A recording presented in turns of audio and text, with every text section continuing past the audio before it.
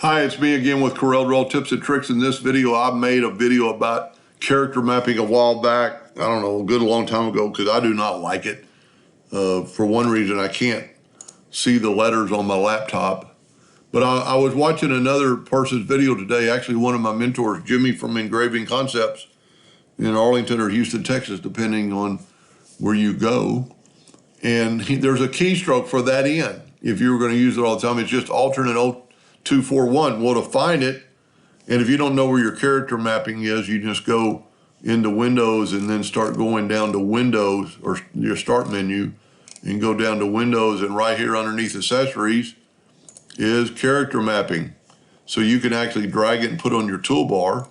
So we can click on it and open up character mapping.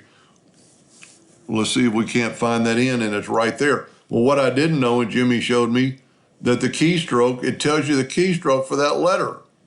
Now you could bring it into the file, but you know, if you could write that down, and all you have to do is start taking your text, and when you start typing and then hit the E and then hit the alternate 0241 and then the A, and you're done. Of course, you'd have to remember that number, and then if you were going to use that, if you're using that language that has whatever that is above the N, I can't think of the name right off the bat. I feel bad about that, but you could actually make a micro to type that.